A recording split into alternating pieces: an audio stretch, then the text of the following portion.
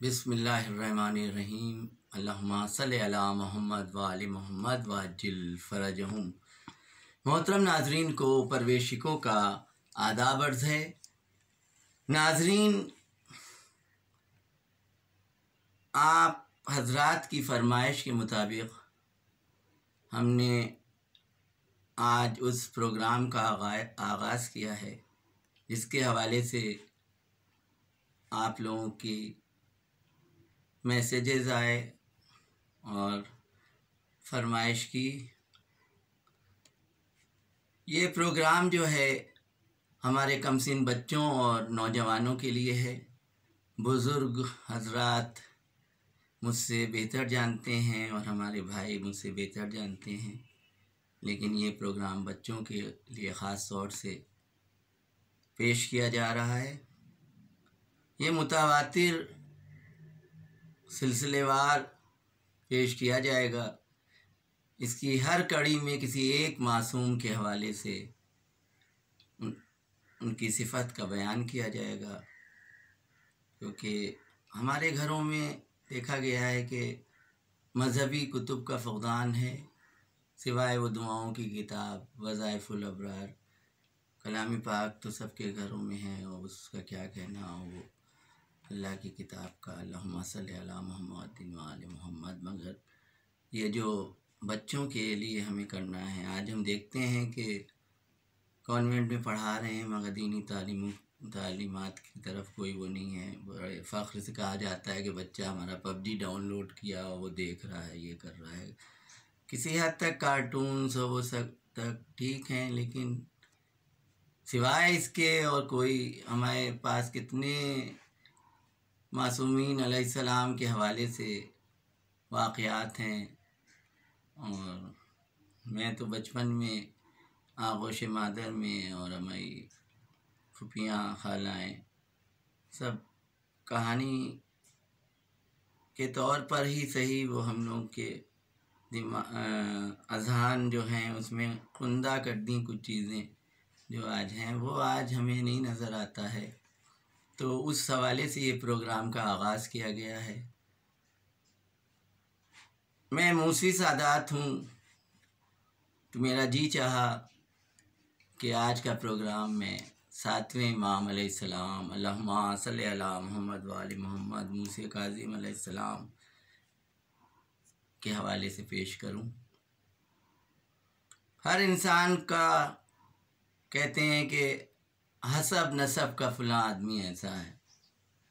نسبی اختیار جو ہے وہ اللہ کے ہاتھ میں ہوتا ہے۔ میں موسوی سادات ہوں، میری والدہ مرحومہ موسوی تھیں، میرے والد بھی موسوی تھے، تو میں موسوی گھرانے میں پیدا ہوا۔ یہ میرے اختیار میں نہیں تھا، یہ اللہ کے اختیار میں تھا۔ لیکن حسب جو ہے وہ انسان کے ہاتھ میں ہوتا ہے۔ انسان اپنے ماحول کا پروردہ ہوتا ہے، وہ اپنے کو جس ماحول میں ڈھال لے، اور یہ پیرنٹس کی، والدین کے ہاتھ میں ہے کہ اپنے بچوں کو کس طرح سے کس ماحول میں ڈھالیں۔ امام موسی کاظم علیہ السلام اللہم صلی علی محمد وآل محمد کے حوالے سے یہ پروگرام پیش کرنے سے پہلے میرے ذہن میں کچھ چیزیں آئیں۔ کرونا وائرس پھیلا ہوا ہے، سڑکوں پر سناٹا ہے، ہمارا ہندوستان جو ہے وہ بھی جوجھ رہا ہے۔ پوری دنیا کرونا وائرس جیسی عالمی وبا سے جوجھ رہی ہے۔ سب لوگ گھروں پر قید ہیں، لیکن میں گھر پر نہیں رہ سکتا ہوں۔ I can't stay at home because I am health care worker۔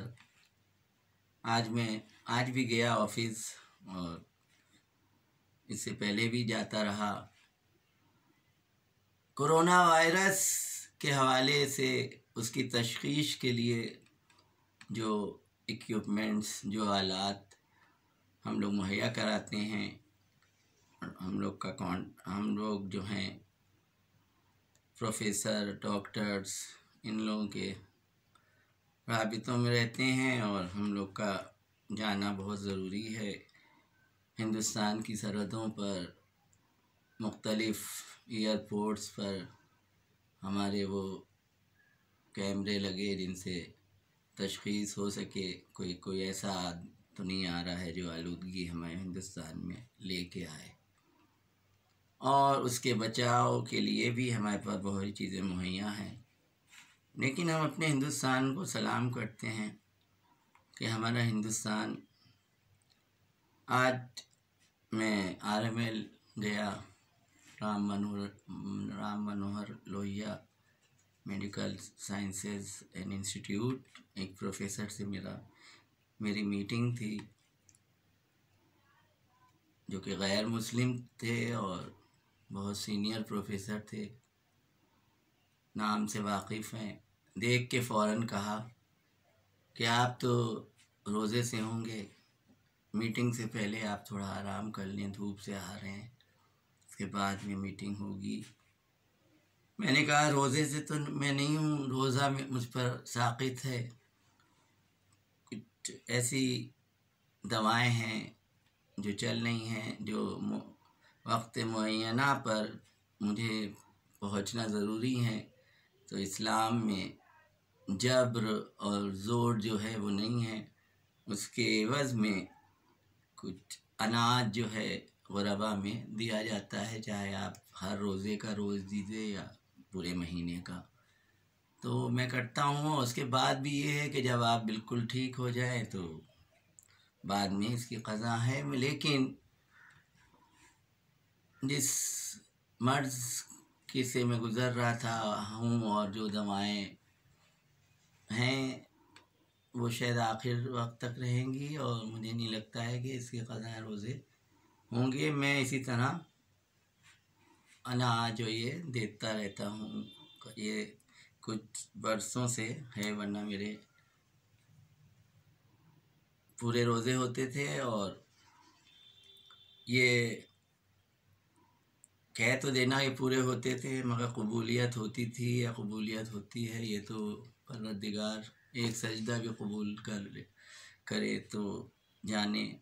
ہم دعویٰ کر لیں کہ ہمارے 30 روزے ہوتے ہیں، نمازیں ہوتی ہیں، قبولیت وہاں ہونا چاہیے ہے، پروردگار کی اسے قبول فرمائے۔ مجھے آج راستے میں چند بچے ملے سناٹی سڑک پر، اور ان کے ہاتھوں میں خالی بوتلیں تھیں اور پانی کے لیے پریشان تھے۔ میرے بیگ میں بھی خالی بوتل تھی، میں کچھ کر نہیں سکا، ادھر ادھر دیکھا سب بند تھا۔ اس میں سے میں نے دیکھا، مجھے جو عرض کرنا ہے وہ کروں گا، مگر یہ میرا جی چاہا کہ یہ تھوڑا سا بتاتا چلوں۔ تو اس میں سے ایک ہمارا ہندوستانی سپاہی جو کہ لاک ڈاؤن میں اپنے گھر بار کو چھوڑے ہوئے تعینات ہیں روڈز پر ہماری حفاظت کے لیے، اس میں سے کسی نے پانی کا انتظام کیا ان بچوں کے۔ میرے دل کو بہت تسلی ہوئی، اور جب میں وہاں گیا اور میں نے ان سے کہا کہ روزہ نہیں ہے، تو انہوں نے فوراً ایک ٹھنڈی پانی کی بوتل منگوائی اور کہا نہیں آپ پانی نوش فرمائیں، اور بعد میں انہوں نے ساتھ بھی کیا پانی۔ نہ جانے کیوں ان بچوں میں ایک چھوٹی سی بچی بھی تھی، مجھے کربلا کی ایک بچی یاد آ گئی۔ ہم بالی سکینہ شہزادی امام حسین علیہ السلام کی وہ 4 برس کی بچی کا خیال میری ذہن میں آ گیا، جو پیاس سے جس کا کلیجہ جو تھا بھنا جا رہا تھا، لیکن پانی نہیں دیا جا رہا تھا، اور 2 ایسے ملعون لوگ ہیں جن کا نام لیتے ہوئے جی نہیں چاہتا ہے، ایک وہ شمر ملعون اور دوسرا یہ کم وقت ہرملا۔ ان بچوں کو دیکھ کے مجھے وہ کربلا کی ایک بچی یاد آئی، اور وہ یاد آیا کہ پانی دکھا کے پھینکتا تھا شمر، اور جناب سکینہ پیاس سے ان کی جاں بلب ہوتی تھی، اور یہی شمر تماچے مارتا تھا، اور ہرملا ملعون لعنت اللہ علیہ نے 6 مہینے کے بچے پانی کے لیے جب ہمارا آقا حسین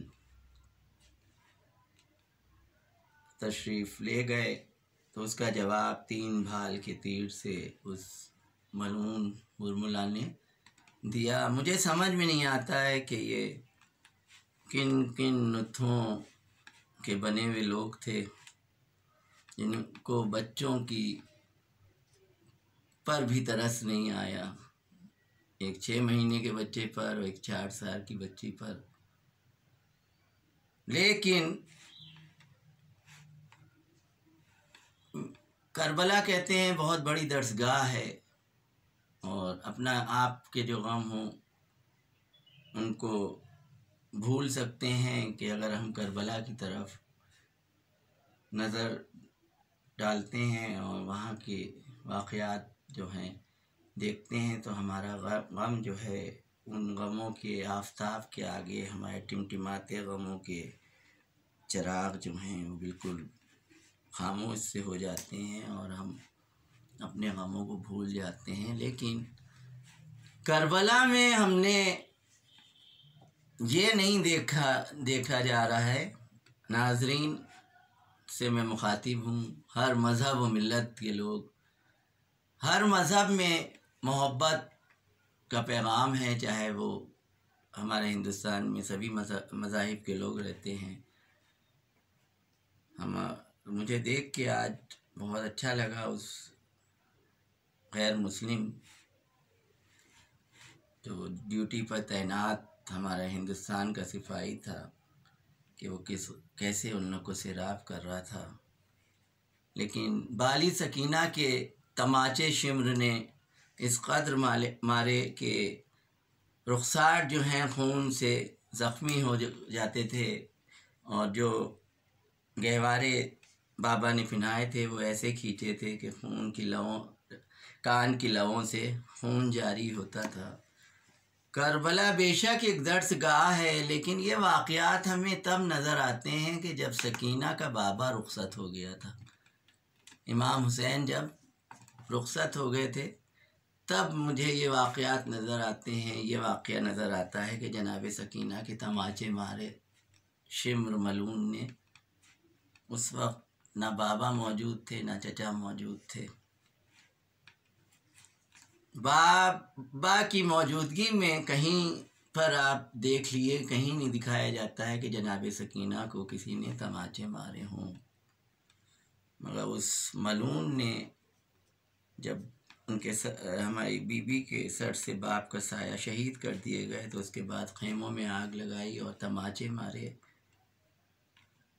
ہاں، چوتھا امام جناب سکینہ کے بھائی زنجیروں میں جکڑا ہوا تھا، دیکھ رہا تھا بھائی بہن کے تماچے، 4 برس کی بچی کو ایک جلاد تماچے لگا رہا ہے، وہ قیدی کے دل کی کیا حالت ہوتی ہوگی میں محسوس کر رہا ہوں اس وقت۔ اور شہزادی زینب جو 4 برس کی بچی کے جناب سکینہ کی پھوپھی تھی، وہ قید خانے سے دیکھتی تھیں کہ ہماری بھتیجی کو تماچے لگ رہے ہیں، تو جو ایک ہوک اٹھتی ہوگی اس کو پڑھ دینا اور کہہ دینا، یہ سب اپنے کی بات ہے، خالی اسی کو محسوس کریے تو ساری زندگی آپ غمزدہ رہیں گے اور ایک ملول رہیں گے یہ سوچ کے کہ 4 برس کی بچی کو کوئی جلاد مار رہا ہے۔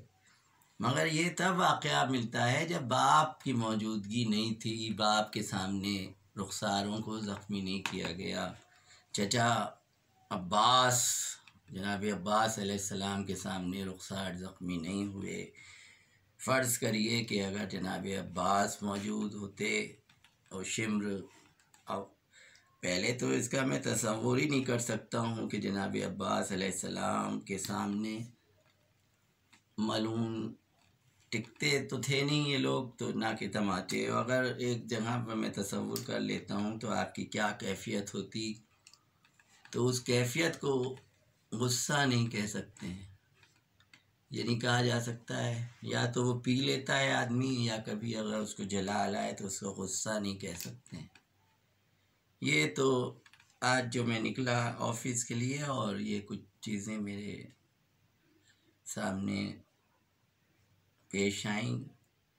یہ کربلا جو ہے 2.25 مہینے کا محرون منت نہیں ہے، یہ ہر دن عاشور، ہر رات شب عاشور، جہاں جا رہے ہیں جو مثال دیکھ رہے ہیں تو ہم اس کو کربلا سے ہمیں یاد آتی ہے۔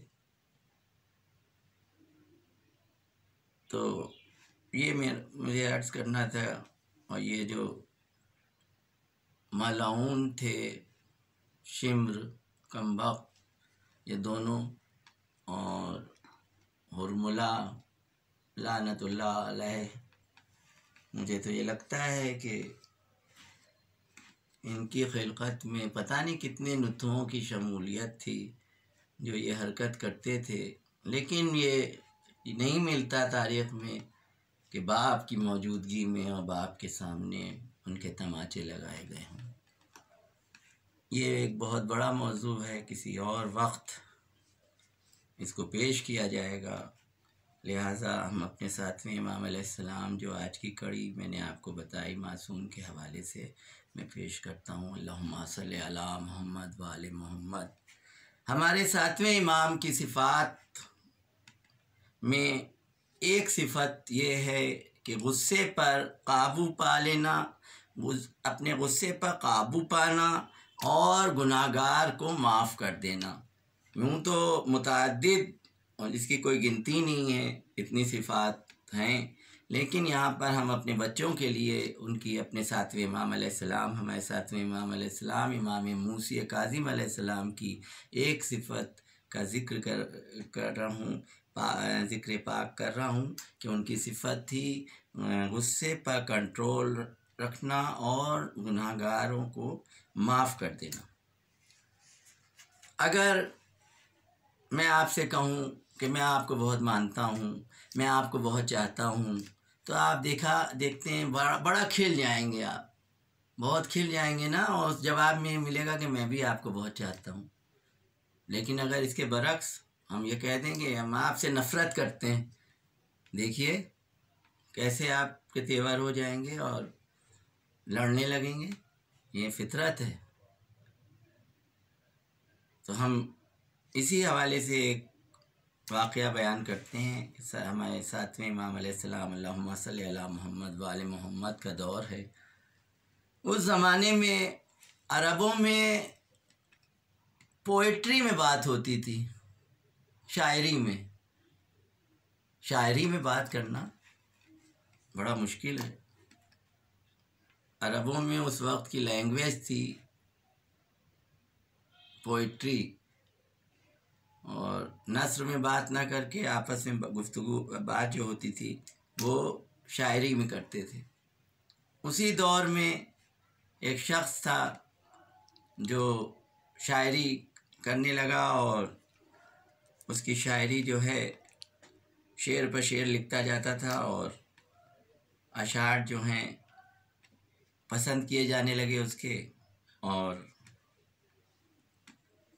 مصرع طرح ملتی تھی اور اس پر وہ اشعار پہ اشعار کہتا تھا، اور اس کو اتنے نذرانے ملنے لگے کہ اس نے شاعری کو اپنا پیشہ بنا لیا، پروفیشن بنا لیا کہ اب یہ ہمارا پیشہ ہے، یہی اس قدر نذرانے آنے لگے شاعری سے کہ اس نے اس کو پیشہ بنا لیا۔ اب وہ شاعری کرتا رہا اور نذرانے آتے رہے، اور اسی طرح ایک وقت ایسا گزرا ایک اچھا وقت اس کا گزرا، مگر یہ بھول گیا کہ یہ عطا کس کی ہے۔ یہ جو شعر کہتا تھا یہ عطا کس کی ہے، کہ یہ عطا تو پروردگار کی ہے نا، اللہ کی۔ اللہ چاہے تو نعمت دے بھی سکتا ہے اور اللہ چاہے تو نعمت چھین بھی سکتا ہے۔ یہ شعر کہنے کی نعمت اس شخص کو اللہ نے دی تھی، اور اللہ اس کے بدلے میں کچھ نہیں چاہتا ہے، بس اہل بیت علیہ السلام کی محبت چاہتا ہے۔ لیکن اس شاعر کے دل میں محبت اہل بیت نہیں تھی۔ وہی ہوا کہ اللہ نے اپنی دی ہوئی نعمت چھین لی۔ گھر وہی، قلم وہی، ذہن وہی، لیکن اشعار پہ اشعار لکھتا جا رہا ہے، اشعار پہ اشعار لکھتا جا رہا ہے، تاثیر ختم ہو گئی، کوئی اثر نہیں۔ اب بڑا پریشان، نذرانے آنا بند ہو گئے، بڑا پریشان۔